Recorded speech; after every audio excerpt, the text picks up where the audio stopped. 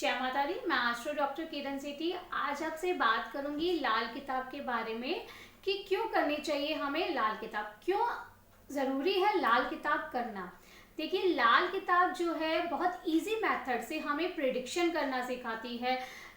हमें सिर्फ लगन चार्ट के बारे में पता होना चाहिए और हम जो है सामने वाले की प्रिडिक्शन बहुत अच्छे से कर सकते हैं। हम उसके पास्ट के बारे में, प्रेजेंट के बारे में, फ्यूचर के बारे में बहुत अच्छे तरीके से बता सकते हैं। सिर्फ काल पुरुष कुंडली का पता होना चाहिए, कारक भावों के बारे में पता होना चाहिए और हम उसकी बहुत सटीक प्रेडिक्शन कर सकते हैं। हम ये बता सकते हैं कि इस एज में हमारे साथ ये हुआ, इस एज में आपके साथ ये हो रहा है और इस एज में आपके साथ ये होने वाला है। आपको कौन सी बीमारियां, रोग लग सकते हैं। आप उसके स्वभाव के बारे में, उसके हर जो है पहलू के बारे में आप बहुत अच्छे तरीके से बता सकते हैं। आप क्या क्या गलतियां करके आए हैं और किस किस एज में आपने गलतियां करी हैं, वो सब लाल किताब बताता है। देखिए, वैदिक एस्ट्रोलॉजी में क्या होता है, आपको लगन चार्ट पढ़ना पड़ता है, आपको जो है तत्वों को पढ़ना पड़ता है, राशियों को पढ़ना पड़ता है, दशाओं को पढ़ना पड़ता है, नवांश को पढ़ना पड़ता है और आपको होरा की जानकारी होनी चाहिए, गोचर की जानकारी होनी चाहिए। नहीं, ऐसे बहुत सारे तरीके, कैलकुलेशन आपको करनी पड़ती है। लेकिन ये सब हमें जो है लाल किताब में नहीं करना पड़ता। सिर्फ आप लगन चार्ट को देखकर प्रिडिक्शन कर सकते हैं। वैदिक एस्ट्रोलॉजी में इतना सब कुछ पढ़ने पर भी कई बार, बहुत बार ऐसा होता है कि हम सामने वाले की प्रिडिक्शन सही से नहीं कर पाते। उसके साथ क्या हुआ, क्या चल रहा है, हम नहीं बता पाते। लेकिन जब तक हम सामने वाले को उसके पास्ट के बारे में कुछ ऐसी चीजें नहीं बताएंगे या प्रेजेंट में उसके साथ क्या चीजें चल रही हैं, सामने वाला एक एस्ट्रोलॉजर पर यकीन नहीं कर पाता।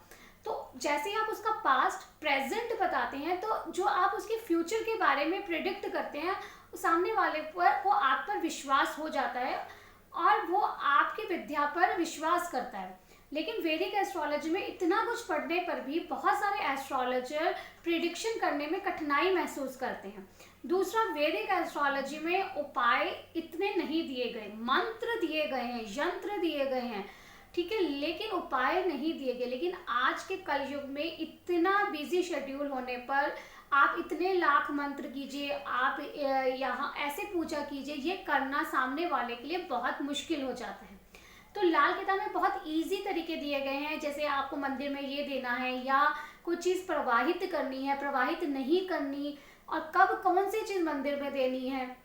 यानी बहुत सिंपल तरीके के उपाय करके आप सामने वाले को उसकी बीमारी यानी उसकी डिफिकल्टी से आप उसे बाहर निकाल सकते हैं। लेकिन देखिए, जब तक आप सामने वाले को उसको मेडिसिन नहीं देंगे तो उसे आपके पास आने का कोई फायदा नहीं होगा।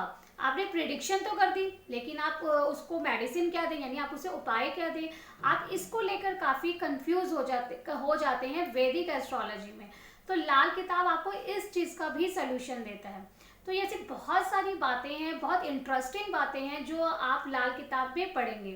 तो 27 दिसंबर को हमारा कोर्स स्टार्ट होने वाला है, तो आप उसमें जब पढ़ेंगे तो आपको पता चलेगा कि लाल किताब बहुत इजी मेथड से आपको प्रिडिक्ट करना सिखा रही है।